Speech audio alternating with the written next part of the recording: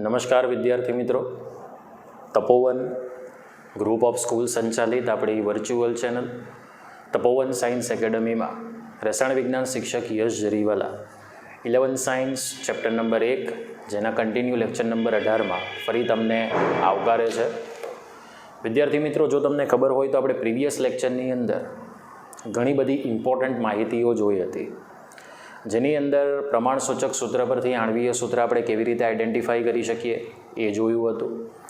ત્યાર પછી રાસાયણિક પ્રક્રિયાના સમીકરણનું સમતોલન કેવી રીતે કરી શકીએ આપણે એના માટેનો ખ્યાલ મેળવ્યો હતો, બરાબર. અને મોલર દળ કોને કહેવાય એનો ખ્યાલ મેળવ્યો હતો.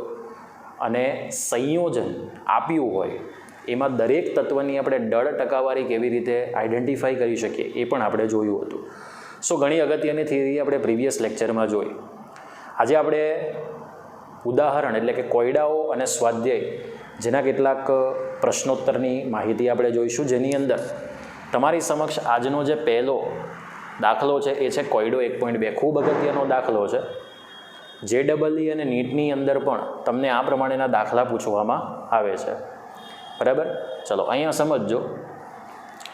એક સંયોજન 4.07% જેટલો હાઇડ્રોજન, 24.27% જેટલો કાર્બન. અહીંયા થોડીક ચોપડીમાં ભૂલ છે ટકાવારીની, એ તમે થોડી સુધારી લેજો. 24.97 આપ્યું છે, એની જગ્યાએ તમારે કરવાની છે 24.27% કાર્બન અને 71.65% જેટલી ક્લોરીન ધરાવે છે. આ ત્રણેયનો સરવાળો 100% થવો જોઈએ, બરાબર ને. ત્રણેયનો સરવાળો જો 100% થાય તો સમજી લેવાનું કે અહીંયા સંયોજનની માહિતી પરફેક્ટ છે. જો માની લો 100% ન થાય, તેમાંથી જે કોઈ માની લો કોઈ અન્ય તત્વ હશે, એને માની લો કે હાઇડ્રોજન અને કાર્બન આપ્યા હોય, બરાબર, પણ સંયોજન એવું કહે છે કે કાર્બન, હાઇડ્રોજન અને ઓક્સિજન ધરાવે છે, તો ઓક્સિજનની ટકાવારી શોધવા માટે તમારે 100માંથી એ બેના જે સરવાળાના ટકા છે, બરાબર, ટકાનો સરવાળો તમારે શું કરવાનો? બાદ કરી દેવાનો. હવે આ સંયોજનનું તમને મોલર દળ 98.86 ગ્રામ પ્રતિ મોલ અહીંયા લખવાનું છે, કારણ કે મોલર દળનો એકમ ગ્રામ પ્રતિ મોલ આવશે. તો એના ઉપરથી પહેલી માહિતી શોધવાની છે આપણે પ્રમાણસૂચક સૂત્ર, અને બીજી માહિતી કઈ શોધવાની છે? આણ્વીય સૂત્ર. તો ચલો સૌથી પહેલાં અહીંયા આપણને જે માહિતી આપી છે એને આપણે લખવી પડે. તો અહીં સંયોજનનું મોલર દળ ઇઝ ઇક્વલ ટુ 98.86 બોલો ગ્રામ પર મોલ છે, જ્યાં સંયોજનનું કુલ દળ બોલો 100 ગ્રામ છે, જેમાં 4.07 ગ્રામ હાઇડ્રોજન, 24.27 ગ્રામ કાર્બન અને 71.65 ગ્રામ ક્લોરીન તત્વ હાજર છે. દાખલામાં આપણને જે માહિતી આપી છે એના ઉપરથી આપણે ડેટા શીટ મળી ગઈ, આટલી વસ્તુ તો આપણે લખી દીધી.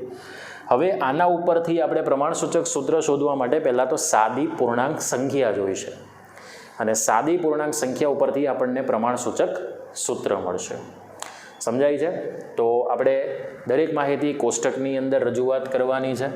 તો પહેલું આપણે લઈએ તત્વની સંજ્ઞા, બરાબર. ચલો બીજું આપણે લઈશું ટકાવારી મુજબ ગ્રામનો જથ્થો, બરાબર. ત્યારબાદ લઈએ તેનું પરમાણ્વીય દળ, જે આપણે યુનિફાઈડ માસ એકમમાં લઈશું, બરાબર. ત્યારબાદ લઈએ મોલની સંખ્યાનો ગુણોત્તર, મોલની સંખ્યાનો ગુણોત્તર. ત્યારબાદ લઈએ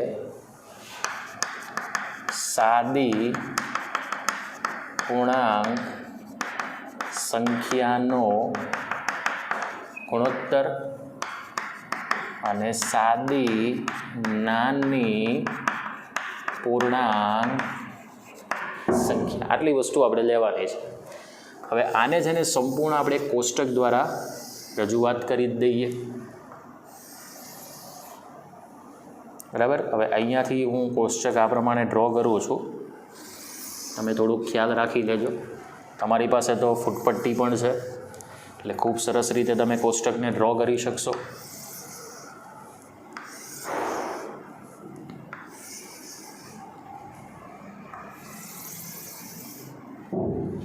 ઓકે, ચલો આપણી પાસે આ પ્રમાણેનું કોષ્ટક છે. કેટલા તત્વો છે?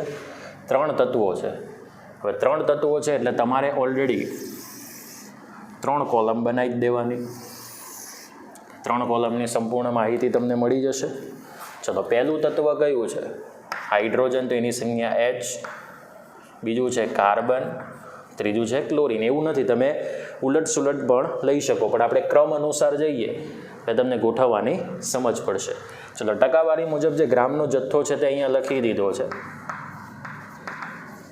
4.07 ગ્રામ એ હાઇડ્રોજન છે, 24.27 ગ્રામ કાર્બન છે અને 71.65 ગ્રામ એ શું છે? ક્લોરીન છે. પરમાણવીય દળ હાઇડ્રોજન માટે છે 1.008, કાર્બન માટે છે 12.011 અને ક્લોરીન માટે છે 35.5. ચલો, મોલની સંખ્યાનો આપણે ગુણોત્તર લેવાનો છે, તો દળના છેદમાં શું મૂકીએ? પરમાણવીય દળ. ચલો, દળના છેદમાં આપણે પરમાણવીય દળ મૂકીશું, તો 4.07 ભાગ્યા 1.008, 24.27 ભાગ્યા 12.011, 71.65 ભાગ્યા 35.5 થશે. ચલો, મોલની સંખ્યાનો 4.07 ભાગ્યા 1.008 એટલે એ તમને મૂલ્ય મળશે 4.037. આનું મૂલ્ય મળશે 2.020, બરાબર, અને આનું મૂલ્ય મળશે 2.018. આ દાખલો ગણો એ પહેલાં આની જે થિયરી છે કે પ્રમાણસૂચક સૂત્ર પરથી આણ્વીય સૂત્ર કેવી રીતે શોધવું એ તમારે પહેલાં રીડ કરી દેવાની. આ જ મુજબના સ્ટેપ મેં તમને આપ્યા હશે. ઓકે, ચલો હવે સાદી પૂર્ણાંક સંખ્યાનો ગુણોત્તર. તો આમાંથી સૌથી નાની સંખ્યા કઈ છે? આ છે. તો આ બધી જે મોલ સંખ્યા આપણને પ્રાપ્ત થઈ છે એને આ નાની સંખ્યા વડે શું કરવાના? ભાંગી દેવાના. તો 4.037 ભાગ્યા 2.018 થશે, 2.020 ભાગ્યા 2.018 થશે અને 2.018 ભાગ્યા 2.018 થશે. ઓકે, ચલો હવે આની જે તમે ગુણોત્તર માહિતી મેળવશો એ આવશે 2.0005. 2.0005.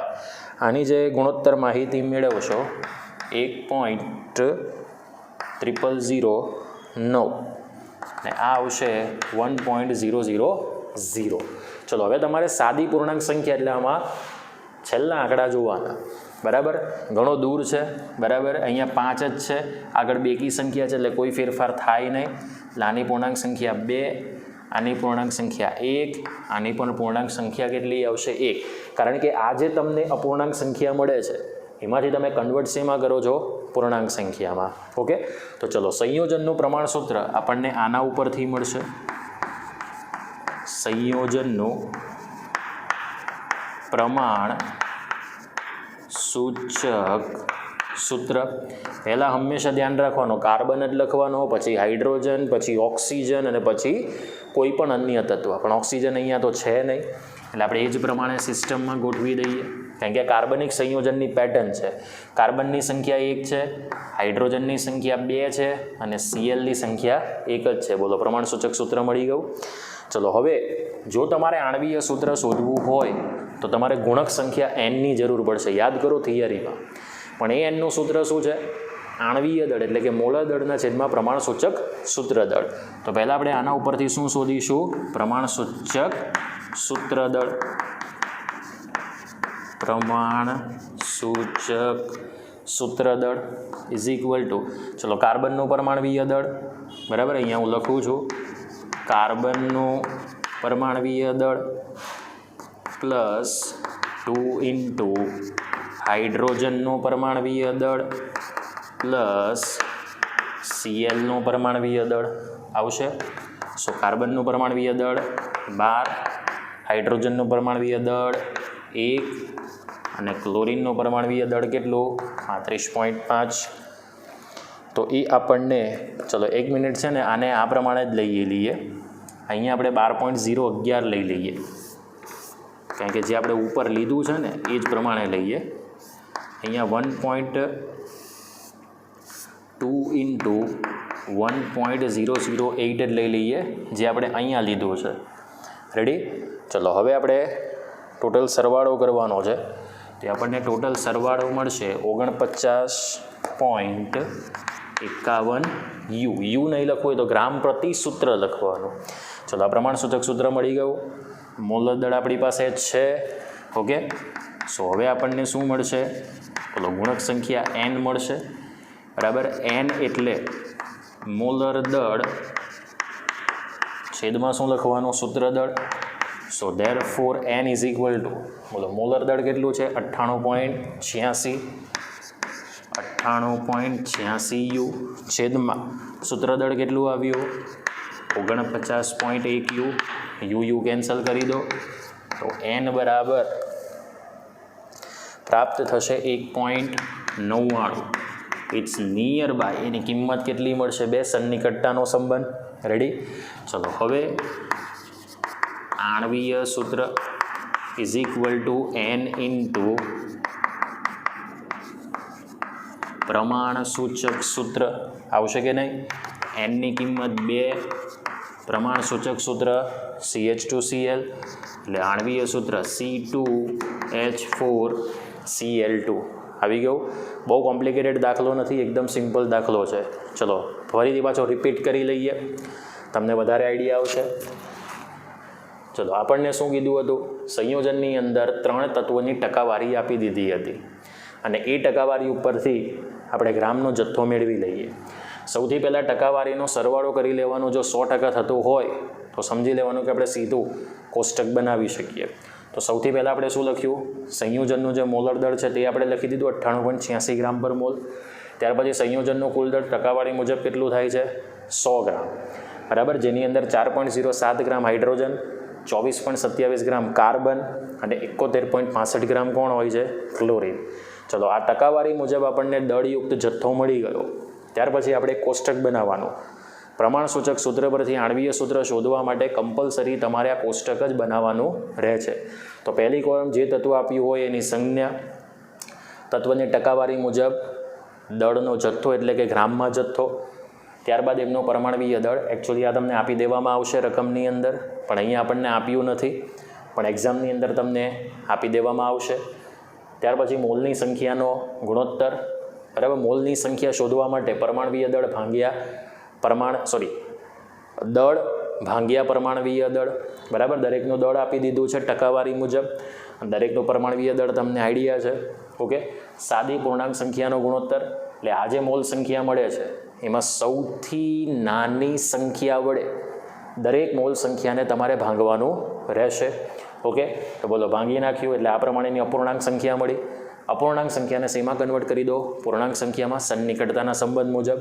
ચલો હવે કાર્બન, હાઇડ્રોજન અને ક્લોરીન કાર્બનિક સંયોજન માટે જ આવું ફોર્મ્યુલા નક્કી થાય. તો સૌથી પહેલાં કાર્બન લખવાનો, પછી હાઇડ્રોજન, પછી ઓક્સિજન અને ત્યાર પછી અન્ય કોઈ પણ તત્વ. ઓક્સિજન હોય તો લખવાનો, ન હોય તો ઓક્સિજન 0 એવું લખવાનું નહીં, ખોટું પડશે. અહીંયા 3 જ તત્વો છે એટલે 3 જ તત્વો તમને દેખાવા જોઈએ: કાર્બન, હાઇડ્રોજન અને ક્લોરીન. ઓકે, કાર્બનની સંખ્યા 1 એટલે અહીંયા 1 એટલે લખો કે નહીં લખો કંઈ ફરક નહીં પડે. હાઇડ્રોજનની સંખ્યા 2 એટલે અહીંયા 2 લખવી પડે, અને સીએલની સંખ્યા 1 એટલે આપણે ફક્ત શું લખીશું? CL. તો પ્રમાણસૂચક સૂત્ર બની ગયું. હવે પ્રમાણસૂચક સૂત્ર દળ એટલે આ જેટલા પણ તત્વોની સંખ્યા મુજબ આવે છે એને એના પરમાણવીય દળ વડે ગુણી સીધો શું કરી દો? સરવાળો.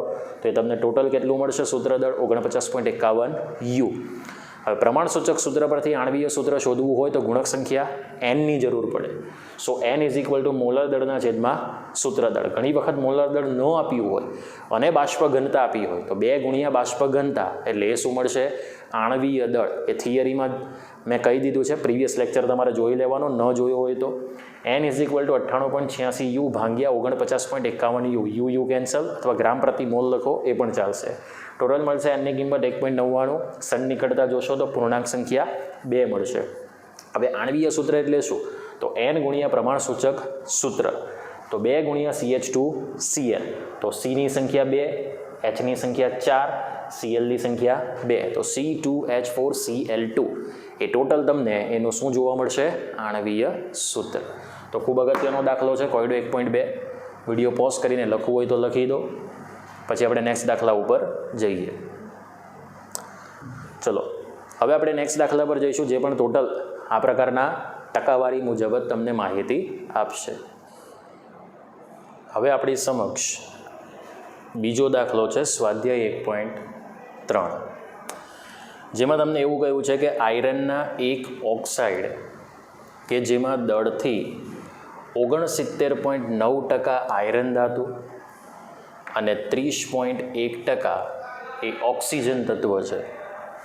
તો આપણે આ ઓક્સાઇડનું પ્રમાણ સૂચક સૂત્ર નક્કી કરવાનું છે, જેમાં Fe 55.85 ગ્રામ પર મોલ અને ઓક્સિજન એ 16 ગ્રામ પર મોલ, એટલે કે 16 યુ જેટલું પરમાણવીય દળ ધરાવે છે. સેમ આગળની રીતની જ માહિતી અહીંયા કામ લાગશે. અહીં સંયોજનનું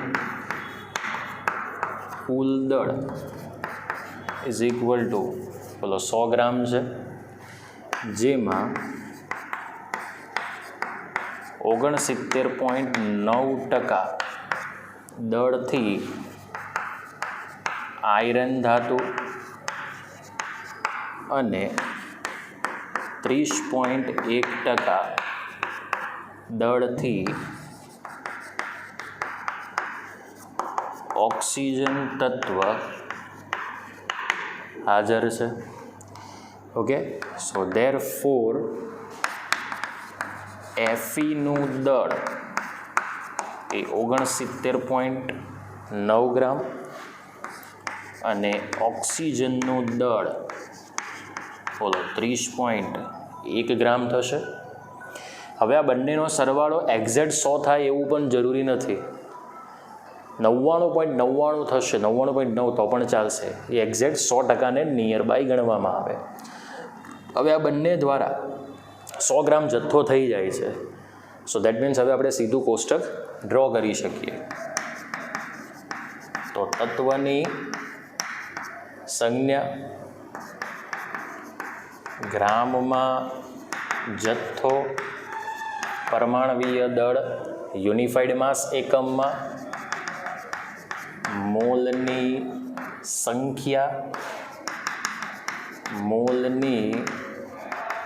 સંખ્યાનો ગુણોત્તર, બરાબર, મોલની સંખ્યાનો ગુણોત્તર, બરાબર. અને અહીંયા લખીએ સાદી પૂર્ણાંક સંખ્યા. બોલો, ક્લિયર થઈ ગયું? રેડી? હવે આપણી પાસે ટોટલ તત્વો કેટલા છે? 2 જ છે, બરાબર. તો 2 જ તત્વોની આપણે માહિતી દર્શાવવાની.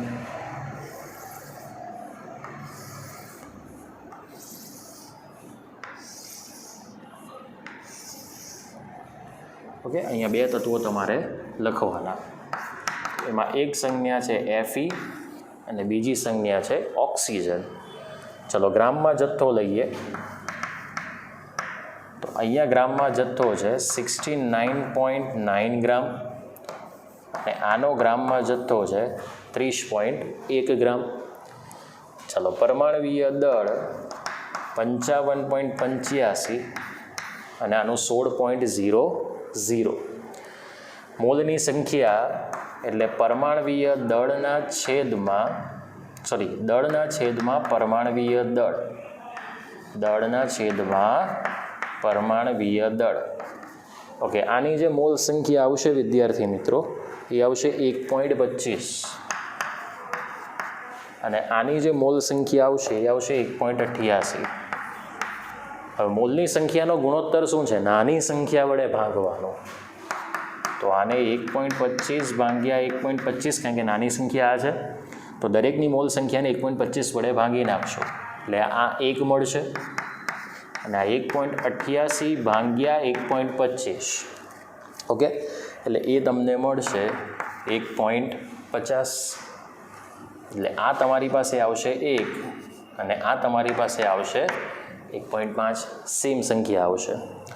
હવે જ્યારે કોઈ પણ ધાતુના ઓક્સાઇડમાં ટકાવારી પરથી પ્રમાણસૂચક સૂત્ર શોધવાનું હોય તો તમારે આ બે તત્વો જે છે, બરાબર, એની જે પૂર્ણાંક સંખ્યા છે એનો તમારે સીધો શું લઈ લેવાનો? ગુણોત્તર. બરાબર, ચલો ગુણોત્તર લેતા તો Fe જેમ O 1:1.5. હવે કોઈ પણ તત્વોની સંખ્યા કદી પણ અપૂર્ણાંકમાં ન હોય, એટલે સંયોજનમાં કદી અપૂર્ણાંકમાં ન હોય, બરાબર, તો અહીંયા આપણે બંને બાજુ 2ને ગુણી દઈએ, સો 2:3 થશે. અહીંયા આપણે લખવાનું કે બંને બાજુ 2 વડે ગુણતા. આવું ફક્ત ક્યારે થાય? જ્યારે કોઈ ધાતુના ઓક્સાઇડનું કે સલ્ફાઇડનું જ્યારે પ્રમાણસૂચક સૂત્ર શોધવાનું હોય ને ત્યારે. તો હવે Feની સંખ્યા 2 છે, ઓક્સિજનની સંખ્યા 3 છે, તો અહીંયા આપણે લખી દઈએ કે પ્રમાણસૂચક સૂત્ર ઇઝ ઇક્વલ ટુ Fe2O3. કારણ કે કોઈ પણ ધાતુનો ઓક્સાઇડ હોય, સલ્ફાઇડ હોય કે કાર્બોનેટ હોય, એનું જે પ્રમાણસૂચક સૂત્ર હોય ને એ જ એનું શું લેવામાં આવે?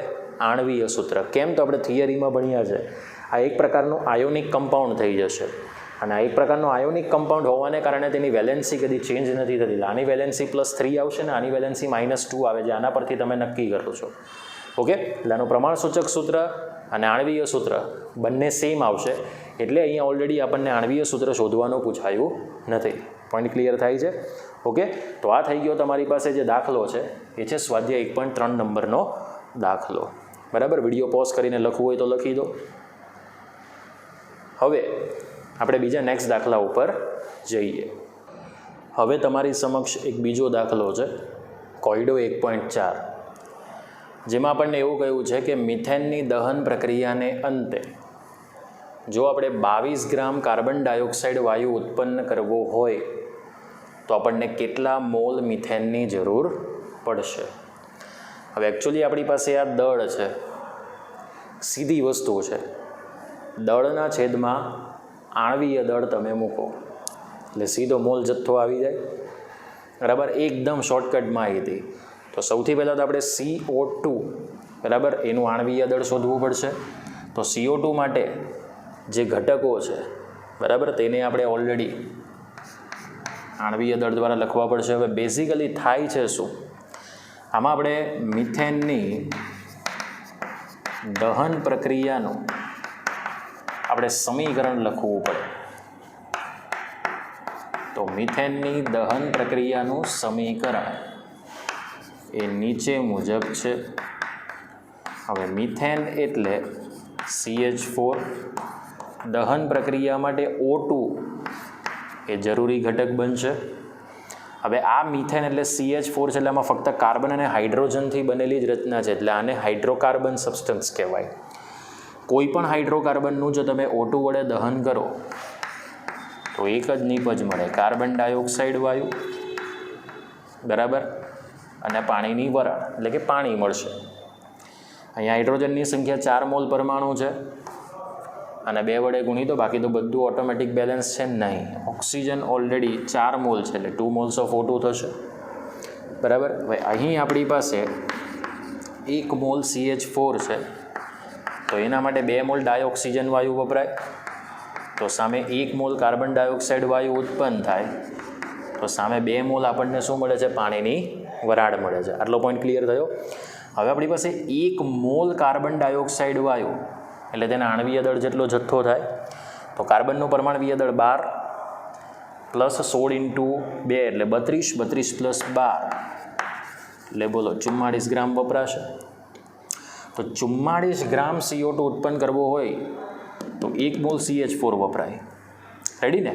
તો 22 ગ્રામ CO2 ઉત્પન્ન કરવો હોય તો કેટલા મોલ CH4 વપરાય ઇઝીલી આઈડેન્ટિફાઈ કરી શકીએ, બરાબર. તો અહીંયા આપણે પદ લખી દઈએ કે 44 ગ્રામ CO2 વાયુ, ગેસિયસ લખી દો એટલે વાયુ ઇન્ફોર્મેશન થઈ જાય છે, ઉત્પન્ન કરવા is equal two 1 mall CH4 ની જરૂર પડે.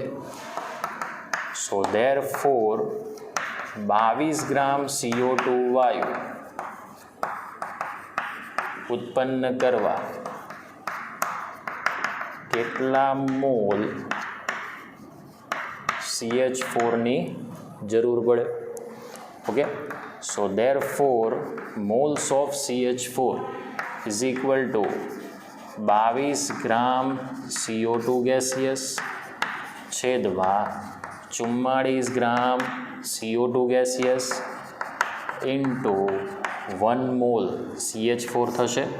ચલો આને કેન્સલ આઉટ કરી દો. સો મોલ્સ ઓફ CH4 શોધી શકીએ, બરાબર. 1/2 એટલે કેટલા મોલ આવશે? 0.5 મોલ. હવે તમને પ્રશ્ન એમ થાય કે સર આપણે ઇઝીલી તો આઈડેન્ટિફાઈ કરીએ છીએ, દળના છેદમાં આણવીય દળ મૂકી દો ને સીધો જવાબ મળી જાય, એક્ઝેક્ટલી મળી જાય છે, પણ એ MCQ માટે. પણ અહીંયા ઓલરેડી દહન પ્રક્રિયાને સ્થાન આપ્યું છે એટલે આપણે કમ્પ્લીટલી આ પ્રમાણે જ રીતને મહત્ત્વ આપવું પડશે. સમજાઈ ગયું? હવે આવા દાખલા બેઝિકલી MCQ માટે ખૂબ અગત્યના છે. ઓકે, તો મોલ સંકલ્પનાનો અહીંયા કયો કિસ્સો ઉપયોગ થાય છે? બીજો, દળના સ્વરૂપમાં મોલ સંકલ્પના. જો મોલ શોધવાના છે તો દળને આણવીય દળ વડે ભાંગી નાખો, સીધો કન્સેપ્ટ રજૂઆત થઈ ગયો. ઓકે, તો આ દાખલો ગણવો હોય તો ગણી દો વિડીયો પોઝ કરીને. ઓકે, હવે આપણે બીજા નેક્સ્ટ દાખલા ઉપર જઈએ. હવે તમારી સમક્ષ એક બીજો દાખલો છે, સ્વાધ્યાય 1.7. 100 ગ્રામ કોપર સલ્ફેટ એટલે કે CuSO4, એમાંથી આપણે કોપર કેટલું મેળવી શકાય એવું આપણને શોધવાનું કહ્યું છે. હવે જો આપણે 1 મોલ કોપર સલ્ફેટ લઈએ એટલે એને આણવીય દળ જેટલો જથ્થો કહેવાય. સો આપણે એ જ વસ્તુ કે કેટલું કોપર મેળવી શકાય એટલે આપણે દળ શોધવાનું છે, બરાબર. તો બેઝિકલી સૌથી પહેલાં અહીં કોપર સલ્ફેટનું જે દળ આપ્યું છે એ આપણે લખી દેવાનું. તો અહીં કોપર સલ્ફેટનું દળ ઇઝ ઇક્વલ ટુ 100 ગ્રામ. હવે આપણી પાસે 1 મોલ જો કોપર સલ્ફેટ હોય તો એનું દળ કેટલું? તો એના આણવીય દળ જેટલો જથ્થો થાય. તો એના આણવીય દળ જેટલો જથ્થો એટલે દરેકના પરમાણવીય દળનો તમારે શું કરવાનો છે? સરવાળો. તો હવે આપણે શોધશું કોપર સલ્ફેટનું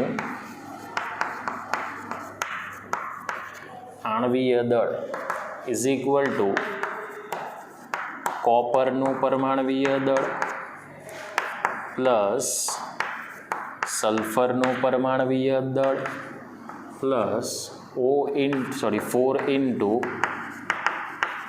ઓક્સિજનનું પરમાણવીય દળ. બોલો, દેખાય છે?